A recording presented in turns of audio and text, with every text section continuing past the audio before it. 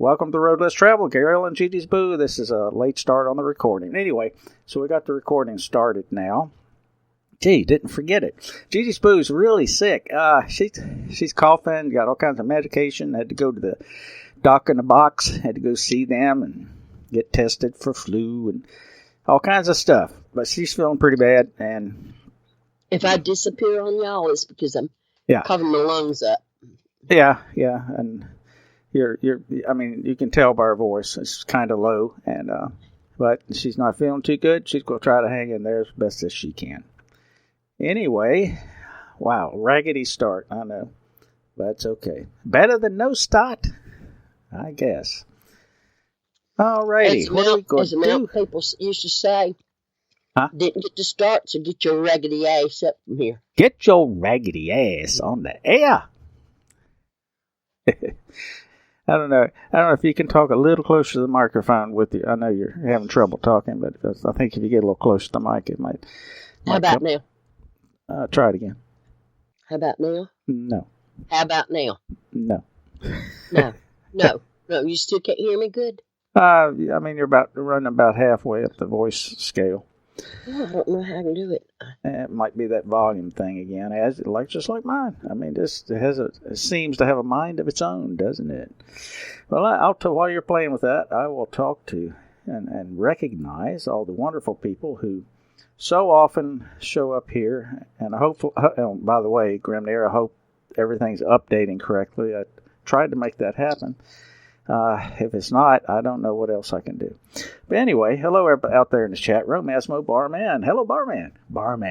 Beth Z, Grimnir, Moose Girl, Kate, Alias, Chalcedony, Chloe, Dakota, Frumpy, Graham Z, Abidon C, Java Doctor, JJS999, who also has a show here. You might want to check out. Juana Taco, Rob Works, Trust No One, Vinny, Woodman, Behind the Woodshed. Hello, Hal. BTC Bob, DIME. AA. Dima. Okay.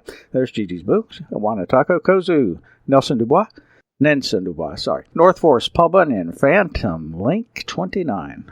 Hi, Phantom. Hope everything's going well on your end. Sock Puppets. Scientists say. Experts say. Stats Bob. Tip Bob. And Cruella DeVille. No, Ville is here. So welcome, everyone. And welcome to everyone who's not in the chat room. I don't know why you're not in the chat room. Just go to the reallibertymedia.com website and slide down the page a little bit, and you'll see chat room. Put some kind of crazy name in there and join us. I'd be happy to see you.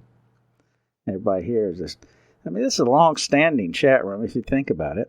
This thing's, been around 6, 7, 8 years.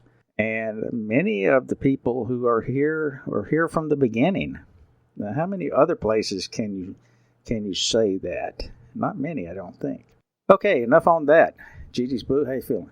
Fair to middling. Okay, still don't quite have that volume. Oh, well. We'll figure it out. Wait a minute, let me try this. Wait a minute. Okay. Let me try one thing. I think folks can hear it. It's strained a little bit. I know it's hard for you to project because, all the congestion and so forth. So we'll do it what we can. Yeah, Gigi's Boo found some interesting things we'll lead off with. And this is some things that are curiously strange. She's found a website. It's curiouslystrangehorror.tumblr.com. What an interesting hiding place for this. On that, of course, I think many people have heard about the imprint found on this rock and actually vertically presented. It's kind of hard to describe. I can't show you the picture, obviously. But a discovery that looks like a giant humanoid footprint millions of years old. Millions of years old. And people, of course, out there saying that it's evidence of a giant alien race that lived on or visited Earth hundreds of millions of years ago. Now, we might touch a little bit more on that later. Gigi's Boo found this remarkable website, curiouslystrangehorror.tumblr.com. Interesting place to hide this. And it's got some stuff that many people probably already come across at some point, but some things are a little bit unique. The one thing to start out with is this large humanoid footprint, millions of years old, touted as evidence of a giant alien race that lived on or visited Earth hundreds of millions of years ago. And we'll talk a little bit more about that as we go. But this footprint was found near the South African town of Mapuluzi in the northeastern Mpumalanga province, close to the border with Swaziland in 1912 by a hunter named Stoffel Coetzee. According to Michael Tellinger, who uploaded a YouTube video about all this in 2012, the footprint is known to the locals as the footprint of God, and it's about 4 feet in length. Now, it is, interestingly, vertically presented on this, looks to me like a sedimentary rock. So, if that is what it is, and it looks like it, we'll just say that. But if it is what it is old enough to have been deposited and then later repositioned due to geologic upthrust. Mm-hmm. So, anyway, it'd make him blush. Anyhow, based on the relative proportions of the human body, the hypothetical owner of the footprint would have been 24 to 27 feet tall. Although he estimated the age of the rock at somewhere between 200 million and 3 billion, with a B, years old. It is granite, so it's not sedimentary. They're calling it granite, which is an igneous rock that's deposited by volcanic activity. So, interesting. Which kind of, to me, suggests that it is not. Yeah, pal. That's what they call it. The footprint of God. Yeah. And which suggests to me that it is not a footprint. Because as far as I know, when granite is soft, you probably don't want to walk in it. Because it's very, very hot. Okay. Anyway, we'll slide on down. Let's talk about another one. Gigi's Boo. That one's a little iffy. Here's an interesting one. In 1899, a bolt of lightning killed a man as he stood in his backyard in Taranto, Italy. 30 years later, his son was killed in the very same way and in the same place, October 8th, 1949. No, on October 8th, 1949, Rola Primarda, the grandson of the first victim and the son of the second, became the third to be killed in the same place at the same time. Gigi's Blue, I'm not sure what I make of that. One, they may be a family of lightning rods. That could be it, but I'll tell you this much. Go ahead. It's always been told that lightning will strike at the same place. That's not true. Over and over. That's not true? They say it won't, but that's not true. It will. Yeah. But the other thing is, they're the family of lightning rods, or they got some serious electrical karma to deal with as a group. Or maybe they just live in a bad place. I got a story. That's being hit by lightning is a very, very bad thing. It's a serious thing. And it can cause problems long after the strike. You have to watch them really close. And we had a guy come in the hospital, and we had to almost do one-on-one nursing with him. He was, sort of like a utility worker of some kind, and he got hit. It knocked him completely off a utility pole. And the guy that was with him managed to get the ambulance, and we got him in. And you're always going to have an arc where it comes out. Now, he was hit. We could tell where he was hit, sitting top of the head. We never did find the arc, but I had my theory about that. And don't laugh. I think it came out of one of his orifices, and I think it came out of his rectum. And because there was nothing on the bottom of his feet, in his mouth, nothing. Talk about cutting one. Dang. Yeah, he did, didn't he? But he was real. We had to watch him. His heart was very erratic, The whole body's electrical anyway, but that's a very dangerous thing. So I could see where it would be. It does hit. It hits in the same place. Yeah. We were outside one time as kids, and the storm came up. Mama told us to get in the house. We got in the house. Well, it quit, and the sun came out, and we were outside, and lightning hit a tree near us. And it so happened we saw it, and the bark flew off, and I swear I was blinded for just a minute. All I could do was scream. I thought I was dead. Right. So it's a scary thing.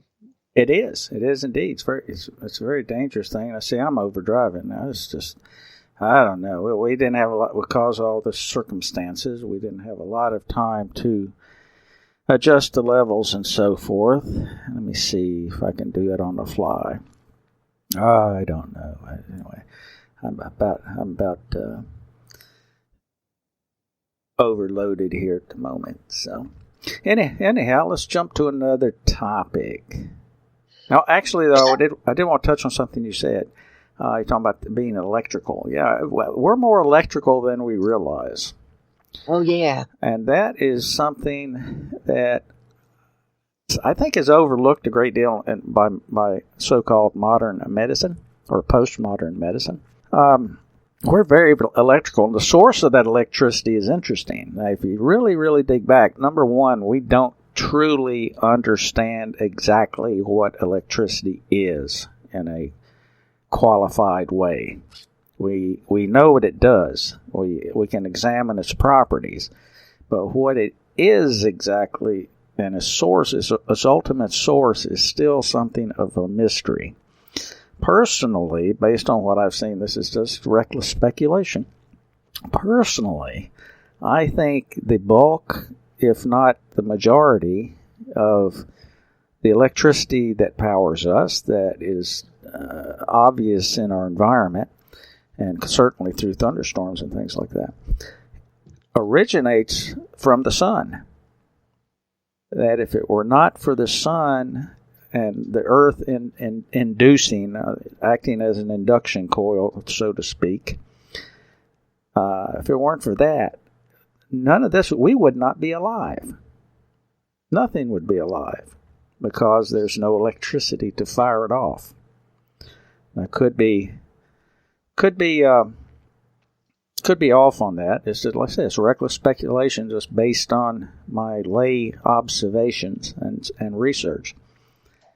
But I wonder about that. And it's something that actually came up in a Suspicious Observers video here recently, where they were speculating that the severity of the thunderstorms that were and tornadoes and things that we seem to be experiencing now all over the world is related to the weakening of our magnetosphere, interestingly, and the fact that solar ionic or the solar wind, the electrical ions that are pushed across due to the fact that we have a weakening magnetosphere, all this energy is induced or inducted into our troposphere, which is the lowest layer of atmosphere that's where all our weather is located. And so that actually feeds the electrical intensity of the storms. And it actually makes sense to me if you think about it in electrical ways, how the Earth acts as basically it acts like a capacitor. And so through the use of the magnetic field, it captures the current, the electrical energy. And so under the right conditions, that has to be released. It has to balance itself, just like you would in an open circuit or a closed circuit would. Now, in the heart. Yeah, go ahead. In the heart, it's the SA node that fires, that causes the electricity in the heart to fire and to circulate and to beat. Then in the brain, it's called the synapses. So the whole body is electrified. Yeah, that's right. And what you just described also sounds very interestingly like a set of capacitors. They build up to a certain threshold, and then they release their energy. And that probably is what happens in the heart, and probably as you described in the electrical synapses in the brain. As far as at least our autonomic system, I think it's called, at least as far as that goes, that could be just basically a very sophisticated biological electrical system, electrical circuit. So anyway, okay. Hey, oh, Lord. Hey, dogs, chill out now. All right, now. Dang. Everybody wants in on the act. I don't know where the moon is, but boy, it's got to be pretty close to being full. Shine on harvest moon up in the sky. Okay, we're going to talk about that. But how about the pyramid of Cholula? Cholula, world's largest. It says while experts are unsure as to when exactly the pyramid building process was begun, archaeologists believe it was around 300 BC, or at the beginning of the Christian era. It is estimated it took between 500 and 1,000 years until the pyramid was finished. According to legend, when the local inhabitants heard that the Spanish conquistadores were approaching, the locals covered the sacred temple with dirt. I don't know, Gigi's Boo. All that. I ain't gonna dig. I ain't gonna be digging and piling no dirt up.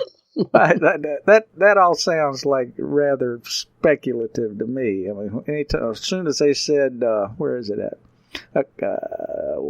Experts, yeah. As soon as they said, experts say, I said, wait a minute.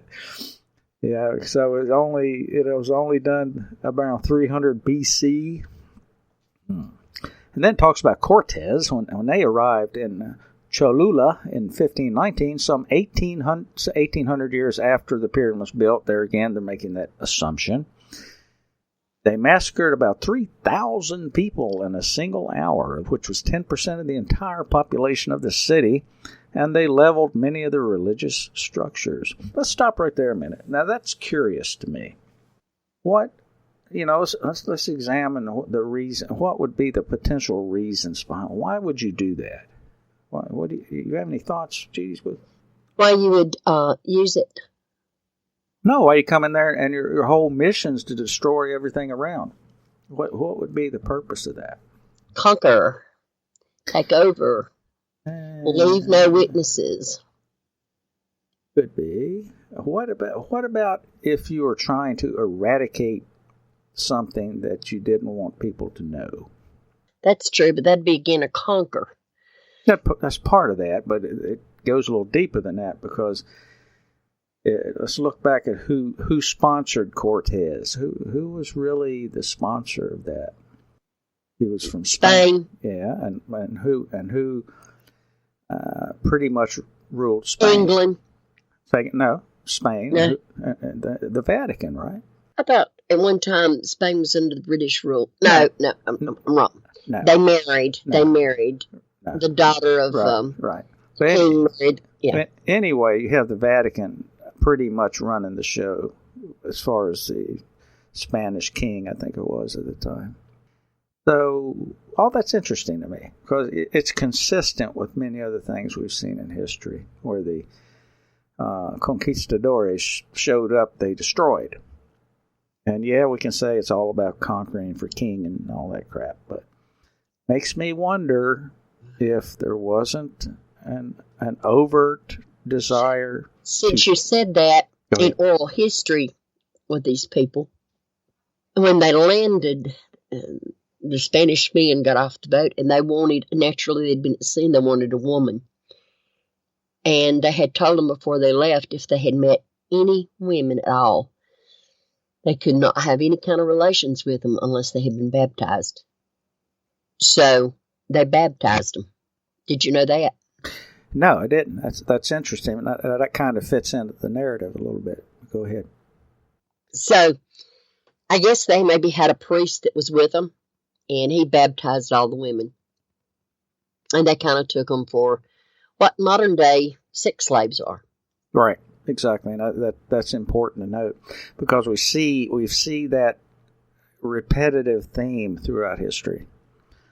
And we see the conquering, especially in South America, and also in North America, if you think about it. Yeah. The essentially the eradication of the indigenous belief structure. Is that fair?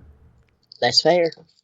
And so it not begs the question, but it asks the question, what were they so afraid of that they felt like they had to eradicate it? So I think it's something that one must... Well, go ahead. Let me tell you what they were always afraid of, us. Okay. I told you we believed in the three entity being from the beginning. Mm-hmm. But other tribes had other beliefs. And maybe, have you ever thought they might have been afraid of the pagan gods?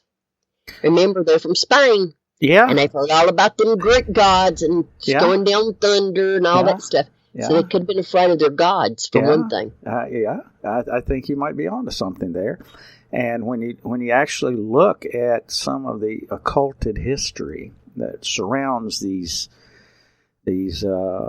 proclaimed deities, say that we'll call it that. What if they're actually advanced beings at one time? Right. Yeah. Go ahead.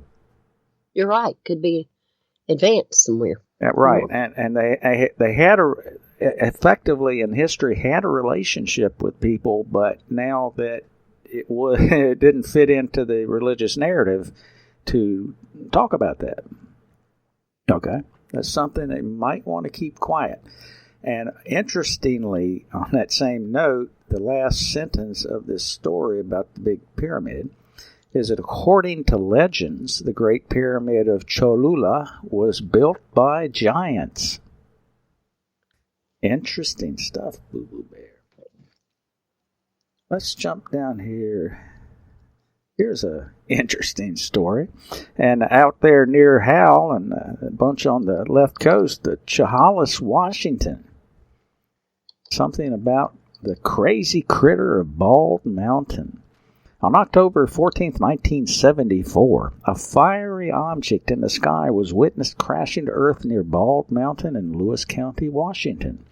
Within a week of this event, 2 parties in the area reported encountering a strange creature that was horse-sized, with tentacles and an antenna, and most notably giving off a strong green glow like a neon sign and a frog. These reports soon reached the local paper and eventually the Lewis County Sheriff, who said he began an investigation, but was soon visited by heavily armed men claiming to be from the Air Force. They insisted on taking over the investigation, and whether they captured it or not, it managed to return from whence it came. That appeared to be the last time anyone heard of the crazy creature. I don't know about that, Gigi Boo. What do you think? Not sure about that either. That sounds a little strange to me. Now, something, especially another item along high strangeness, was this whole thing with this Buzz Aldrin tweet, allegedly. I don't know how many people heard about that. I remember hearing that about a tweet that Buzz Aldrin put out at some point. I don't see the date very clearly, so I can't tell. It's a screenshot. But his tweet that he allegedly said, "We are all in danger, it is evil itself," and the picture of this reported Antarctic pyramid is included. Now remember that when that first came out, and of course the tweet was disappeared or was taken down. But I'm going to include all this into the chat room so you can look at it and see what you think. Interesting stuff. Kind of relates to something we might have time to get into. I think we will. Okay. How about Orphan Ghost? What do you think about that story, Boo Boo? Where an orphan ghost haunts a woman. Hannah Butler, 24, captured what appears to be a dark-haired girl dressed in white, huddled by a tree during a ghost walk in Hessel, East Yorkshire. Miss Butler's photograph taken at about midnight. Well, this has all the let me stop. This has all the trappings of BS. I think so too. I hate to say it. And also it came from Mercury Press, which is not always your most reliable source. Yeah, but see, you have all these little things going on. You know, you got a ghost walk, number one. And then it was taken about midnight. Hollywood writes stuff like this. And so, as a result, I'll go ahead and... No, I'm not. We're just going to bypass that. I'm open-minded, but when I start seeing... When I see 3 indicators of a probable fraud, I'm just going to skip. Sorry about that. Number one, I'm not going to be out at midnight looking for no spooks. You ain't going to be on no ghost walk. So. I won't watch anything like that on TV. I fully believe that you're opening the door for them to come in. Mm-hmm. And I will not watch anything. You know that. Mm-hmm. No. Okay, anything else here? Here's one. This one. Let me click the source up for this. I always like to do that. That's a recommendation for everyone. If you see a story, no matter how much it fits within your confirmation bias, go ahead and try to source it down as far as you can. Because lots of times you go find, I see it all the time on Facebook, especially under a lot of these so-called overtly liberal or overtly conservatives, and they put up these links, and when I dig it down to the bottom, it's either grossly misrepresented or it's completely false. So, just a word to the wise there. In 1912, they had a baby raffle in Paris. In the history of raffles and lotteries, tortines and lottos, few would rank so high in the department of forbidden weirdness than this 1912 Parisian lottery of babies. And they actually have a picture. This image is a detail from the following photograph that appeared in Popular Mechanics in January 1912. And in spite of how this reads, and in spite of it being a real and true story, it's still difficult to appreciate as a news article rather than a piece of dark fiction. The story of the deep history of child abuse and abandonment and infanticide is thousands of years old, and the issue of the rightness of abandoning newborns to the street as condoned and necessary social activity to ensure the plasticity and survival of a society has been argued by Aristotle, among others. The movements to provide public institutions to help save the exposed and deserted children did not begin in earnest until the 17th and 18th centuries. That was with Louis XVIII and Louis XIV in France. No, Louis XIII, Louis XIV in France, and with the creation of the Foundling Hospital in London in 1741. It's with this creation of these early orphanages that abandoned babies were saved as babies, and although these children would be trained early on to be mechanics helpers and domestics at relatively young ages, they were not subjected to being sent to workhouses as very young children, as was done in older practices, or being left to die lying in the streets by exposure to the cold or hunger, or being trampled underfoot. Things have changed a lot, haven't they, Gigi? And just think about this auction. Yeah, go all ahead. These pedophiles, they were back then, so they got those children the whole 9 yards. Yep. Yeah, that's right. And so, we perceive ourselves as being so advanced, I guess. But we're talking about not that long ago. They were raffling kids in 1912. Did you know that even roughly around that time period, and even a little later, you could actually send a young boy or girl through the U.S. mail? I didn't know that. Yeah, you could put the postage on them and mail them to some place, a relative or wherever, using the U.S. Postal Service. Yeah, you sure could. Look that up if you doubt it. It's pretty mind blowing, actually. So yeah, that's one of those strange ones, isn't it? Yeah. Oh, here's one that'll make everybody feel comfortable in their beds tonight. The FBI estimates that at any given moment there are between 25 and 50 serial killers in the United States. And it has a list of different serial killing events. Includes the West Mesa serial killer from 2001-2005 who claimed 11 victims, and the Long Island serial killer 1996 until present with 10 victims marked up. The Eastbound Strangler 2006 with 4 victims.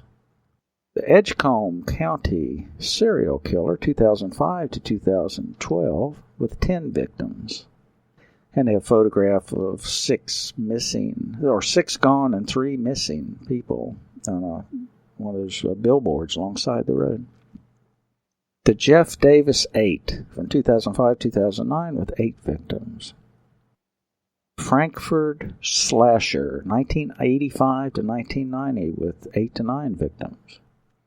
Honolulu Strangler 85-86, 5 victims. Charlie Chopoff, 1992-1974, with 6 victims. So, just to make you feel safe tonight, that little ditty, a little piece of information there for you.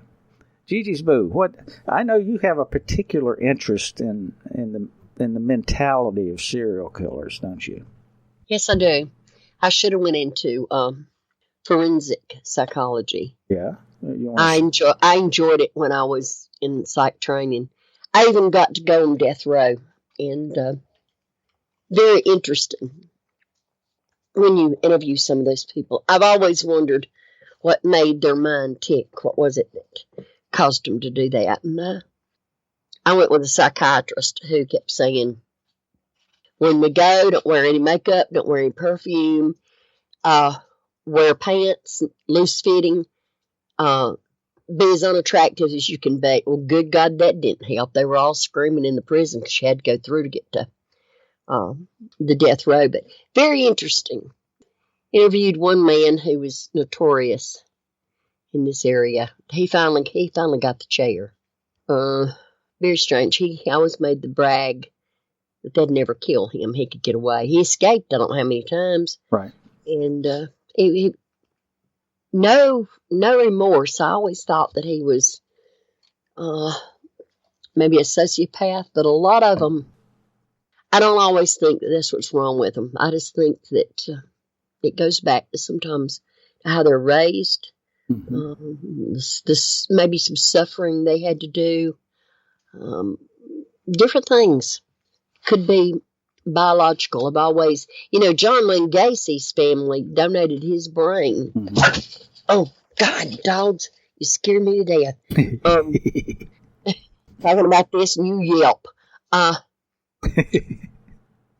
Because they wanted to know if there was anything physically wrong with his brain, abnormal with his brain. His brain was perfect. So you just wonder, But I have noticed one thing, that most all serial killers have a mama complex. I've linked that to all of them. Most of them have had mothers who had less than a good reputation. Mothers that maybe abandoned them. And they had it in for women, just basically.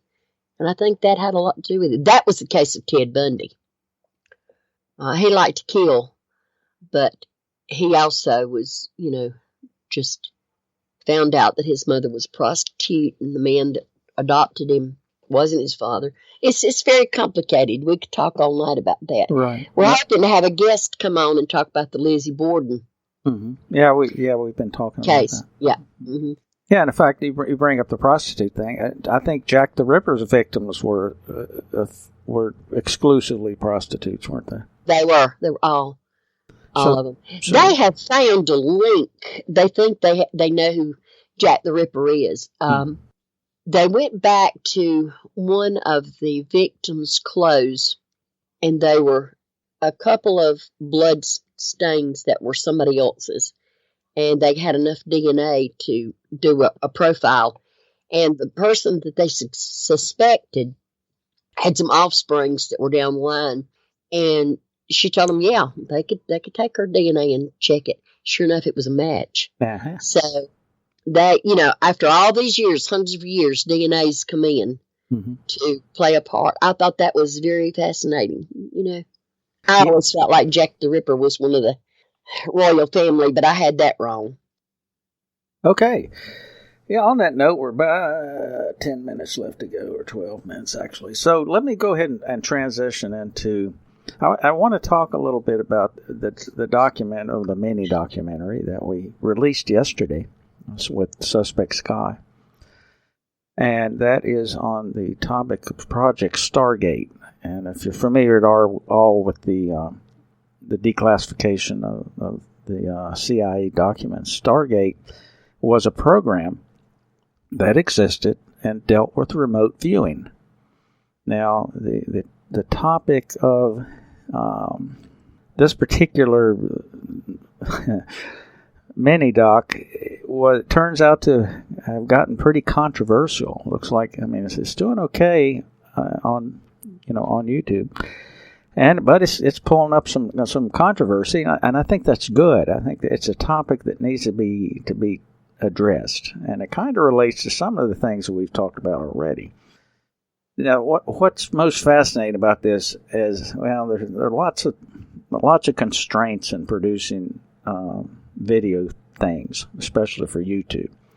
One of the constraints is on YouTube, and this is through people who research this stuff. One of the constraints is that it can't be too long, because most people will tune out. Unfortunately, will tune out. I'm one of them. If you don't get my attention real quick, I'm gone. Well, even if they do, they'll tune out if it goes longer than 10 minutes. And that's just an indicator of how bad we've been dumbed down, really. I'll just throw it out there. We've been conditioned to this remote control, hit the button thing, and if we don't get the answer within 30 seconds, we lose interest. And I'm afraid life is not that. Not that simple, not that accommodating, and lots of things take a great deal of digging, a great deal of attention, and focus. And the perfect example is the information that Hal provides on his show Behind the Woodshed, 3 to 5 on Sundays. That is not remote control friendly. You better be ready to bring your own brain, as he says, BYOB, or you're not going to get it. And the problem is, nowadays, people have been so conditioned to be so stupid. And I'll say it, I don't care. They've been conditioned to be stupid. And as the result, they've been cricketized. They become crickets, just like Hal points out. And they don't want to take the time to look at the data. We're all guilty. I'm guilty of it. It's something you have to consciously fight against. You have to uncondition yourself. And that, yeah. But anyway, having said all that, run out of time. Got 9 minutes left. Right. Before we go, I'm going to drop a link in the chat. Well, let me say just something about this. I still got to talk about a lot of this stuff on remote viewing, but go ahead. Yeah, but I'm going to drop it in after Gary gets through doing this. And please go watch it. I was in the floor. I shouldn't have, but this girl is taking care of her grandmother, and it was just what I needed to hear today to get me out of this funk I'm in. So I'll drop it in the chat room after Gary gets through. Okay. We sign off. All right, thanks. But anyway, I want to share. There were a lot of people who commented on that video. Simply this: I don't believe it. What don't you believe? Why don't you believe what you don't believe? What do you believe? Why do you say that? I'll tell you why you say it. It's because a lot of different reasons. One is cognitive dissonance. Two is that you've been conditioned by some talking head to believe that things are a certain way, and you will not, as a result, entertain any alternative possibilities. Not saying this stuff is 100% true. I am saying, though, that there is tangible evidence to suggest that at least something else is going on and has gone on. And let me tell you, as I dug into this release, and this is just, I'm gonna say this is just what was released on CIA's reading room under Project Stargate. And you can go ahead and if you have the if you have the willingness to jump in and look at this, it is a treasure trove of information. And some of the things just from digging through it, and let me tell you, from this particular declassification, there were, let me tell you what the numbers are actually. 930,000 documents that consist of 12 million pages. And just a little bit includes some of the previously 1,700 declassified UFO reports. So, that UFOs, those things that don't exist, well, they were classified and declassified. There's 1,700 reports that we haven't even dug through yet. Executive Order 13526 mandated this to be released.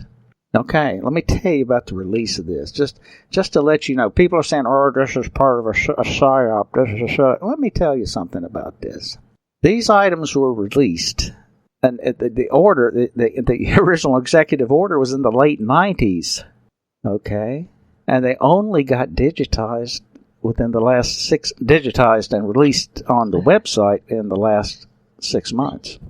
Previously, the scanned copies resided on 2 computers in the National Archives that were placed there consistent with the executive order. They were placed in the National Archives, 2 computers, but no one was told what was on them.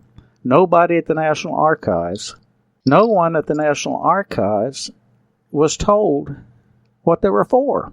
So yes, CIA technically abided by the executive order. They publicly, technically released the data, but they did it in such a way that no one would find it. So if you tell me, if that was an overt psyop, why would they go to such lengths to try to drag their feet? And it was only through a FOIA action that caused them to digitize the data and put it online.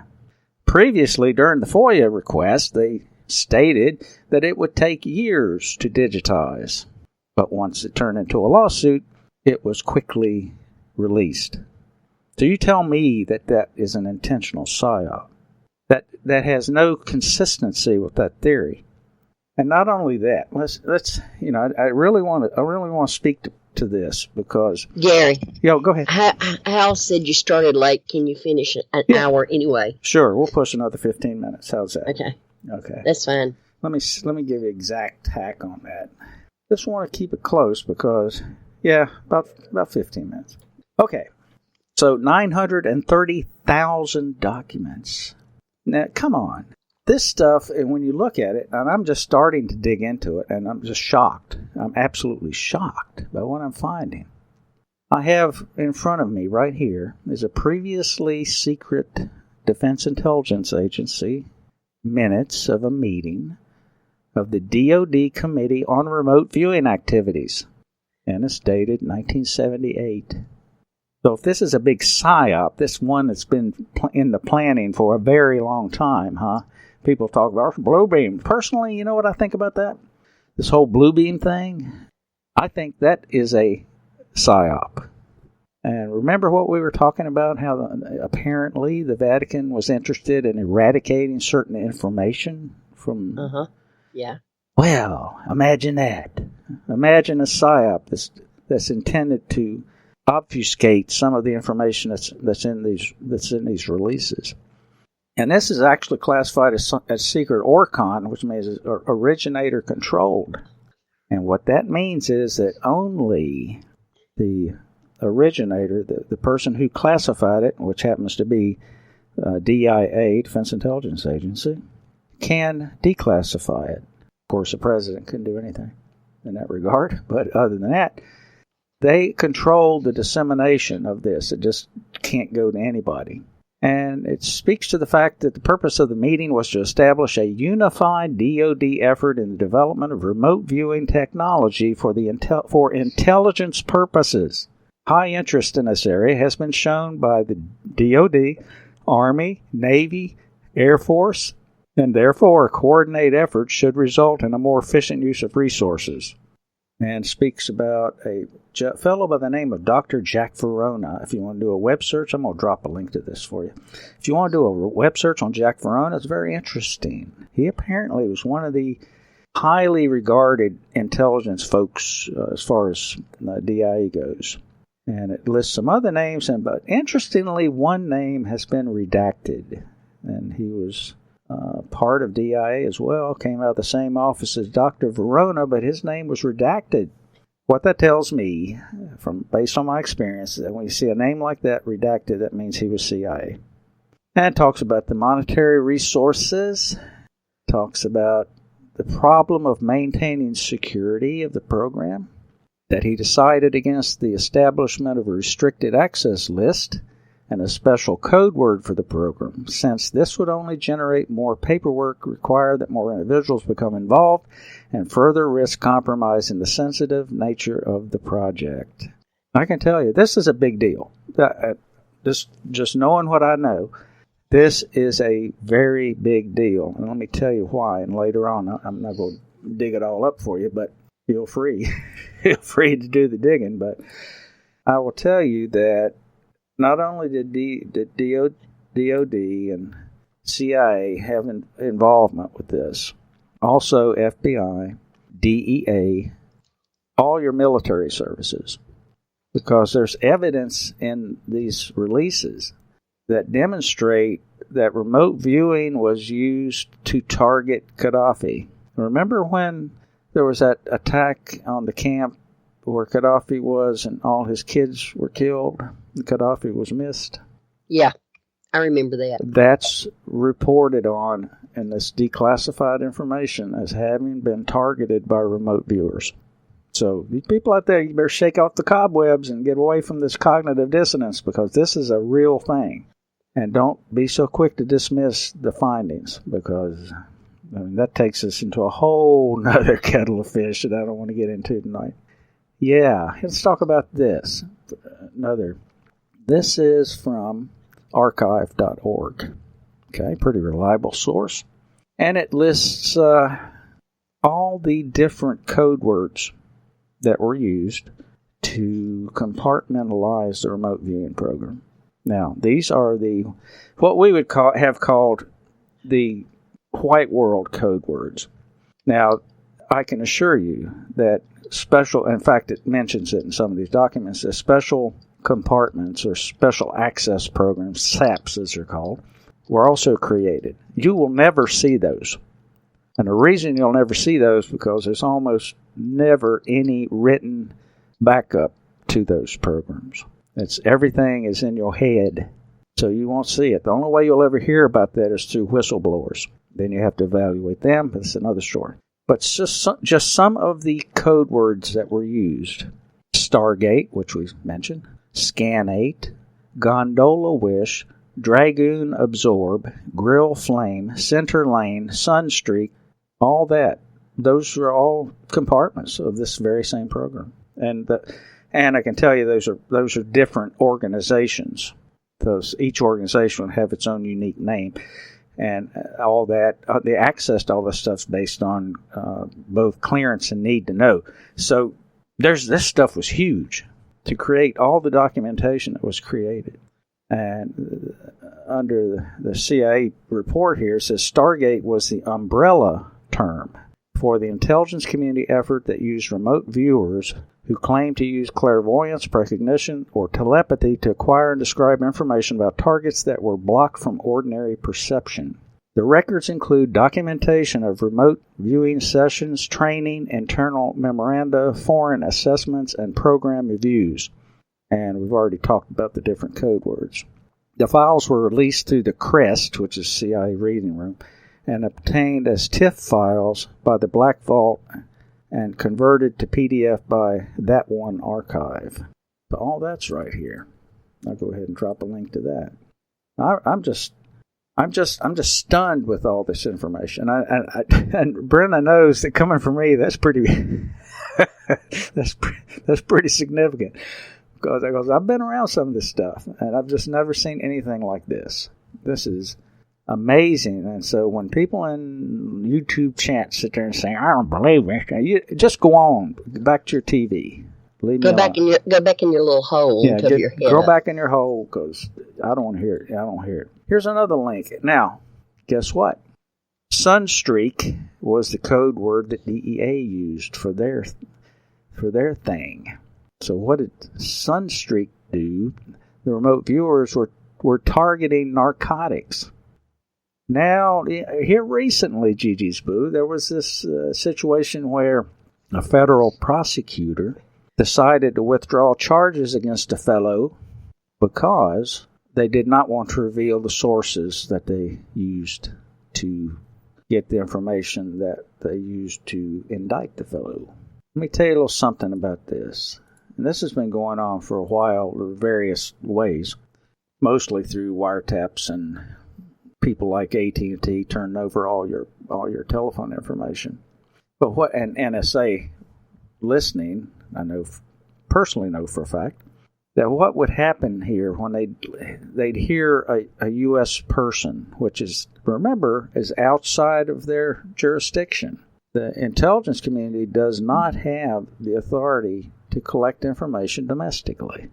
However, what they'll do is they'll collect it and they'll turn it over to a domestic agency, who will then have to parallel construct. And that parallel construction means that you'll use that information to help you find more domestically acceptable ways of proving the same thing. So you're parallel constructing a charge. And I can tell you what happened there was that the government had failed to parallel construct. So under cross-examination, they would have had to reveal the source, which was not legal. Or, in the case of remote viewing, was probably too sensitive. And also you'll find in this information that the Russians were doing this. We weren't the only ones doing it. The Chinese are doing this. This is really a hot topic. And people talk about privacy. If you accept the processes of remote viewing, you have no privacy. Sorry. It's done. You can't hide from this. That's pretty spooky. That's pretty concerning. I can see why someone would want to sit on this and not be wanting to admit it, that it exists. You'll also find that various beltway bandits, as we call them, or corporations, defense contractors, yeah, that's what I'm trying to say, were involved in this effort too. One, SRI International. Now, most of you have probably at least heard of SRI, but they were deeply involved, and may still be deeply involved in this remote viewing operation. So yeah, it's there. The evidence leads me to believe that it's essentially true. And what really is disturbing to me is what we don't know. What I think we see here in almost 1 million documents is just a very small tip of a very large iceberg, because of all the compartmentalized special access program stuff that usually is much greater than what's releasable, what's visible. Keep that in mind as you look at this. And we are working on we are going to at least consider working on a sequel to the video that is probably going to be really, really controversial, because it takes us to places that some people only hint at, and most people will probably reject out of hand for a lot of reasons. Anyway, regardless of whether people accept it or reject it, if it's factually based and the evidence leads you there, you are remiss to not work on it. Would you agree with that, Gigi's Boo? Yes, I do. Yeah. The world is a much stranger place than we ever thought. If anybody wants to dig around on this is just... Okay, what I just dropped in the chat room was a search under archive.org of just one single code word out of all those that I mentioned. Search on Gondola Wish. 12,105 results. That gives you some idea of the immenseness of this. And it's not surprising. I mean, think about it rationally. As Hal points out in his show, people have sat around on their hands, on their butts, watching their TVs, worrying about their finances, worrying about what Jane is doing across the street, or who John is doing in the back room. They've been conditioned to focus on all these things. And as a result, this whole system has run amok. And given the fact that they've had many, many years to run amok, you're going to end up with a mess like this. A mess like this that is going to take years to undo, if at all, or at least to uncover. It'll take years. I don't know. It's nuts. Trying to undo what we've allowed to happen. Don't know, Boo Boo Bear. You have anything you want to talk about, Jesus Boo? No, that's it. Don't have anything else? What was it you were going to speak to that you were going to drop in the chat room? Oh, I'll go ahead and drop it. Go to that YouTube video and watch this granddaughter taking care of her grandmother who has dementia, and she can become difficult at times. No means whatsoever was I ever making fun of her or nobody else. But the granddaughter's doing a blog about her grandmother's illness in hopes it helps other people. And when I saw it, I became hysterical because that is just something that a lot of elderly people would say if they were aggravated with you. So take a look. Her name is Miss Annabelle. And I dropped it in there and kind of give a description about it. But she's got more than one blog, mini video of her. And on the blog, she's got some where she tells her, "There's not no man ever wants you. You got bow leg. Your legs is bowed like a frog." Oh, so I know what you got. I know what you're doing. This is too funny. Yeah, it is. It is so cute, honestly. And I wrote the granddaughter, and she said, "This is my way of sharing." And she said, "If you could have known my grandmother years ago, she would have never said anything like this. She gives her down. She gives you down the road. But if you look at it, you'll laugh." Well, I know for a fact as you get older, your bullshit quotion goes, oh man, it goes down, don't it? It disappears. You'll put you can light that match to it real quick. You'll light somebody's ass up for no reason. It's like, wow. Yeah, that's unfortunate. But maybe it is, or maybe it isn't. And like I made a comment earlier during a bunch of hoopla that no wonder people wonder where axe murders come from. I see it. I'll tell you a little quick story about my grandmother. She was really a Southern belle. She came from a very aristocratic family, and she lived to be 91. In the last 2 years of her life, she had dementia, and we were turning her in the bed, and she looked up and she said, "I'm surprised my husband ain't just beat the hell out of you." Well, I like to think because my grandmother never said words like that. And I said, "Why?" She said, "Because by God, you hurt me." He said, he wouldn't allow that. Well, I had to turn my head because she would never say that. But you have to have some humor in it. If you don't laugh, it'll run you crazy. Yeah. So, yeah. And if anything, this whole transaction that we've had here with you guys over the last hour now should go to show that, yeah, things can go bad, but you can always kind of work through it and laugh about it. And that's about the 15-minute extra time that I appreciate us being able to fill in where we didn't exist for 15 minutes. And we thank so much for the people who took the time to listen. And yes, we rant and rave. We may sound like wild people, but at least take a moment and look at the data and forget about what you hear talking heads telling you and what you've been told your whole life, because I'm going to tell you right now, most of what you've been told your whole life is bullshit. So with that in mind, look at what's out there and develop your own reasoned analysis. That's what we try to do. It's hard. Sometimes we hit the wall too. We say, this can't be true. But put that aside. Keep looking. Use your sense. And your discernment will carry you a long way. Anyway, Gigi's Boo, you want to say night-night? I sure do. Good night, everybody. I love you big to my heart. And remember to take the road less traveled. That's right. And thanks so much for joining us here tonight on the Road Less Traveled. Gary L. Gigi's Boo. Apologize for the rough start. But, that happens sometimes. What can you do? Anyway, take care. We'll see you next week on the Road Less Traveled with Gary L. and Gigi's Boo. Bye-bye.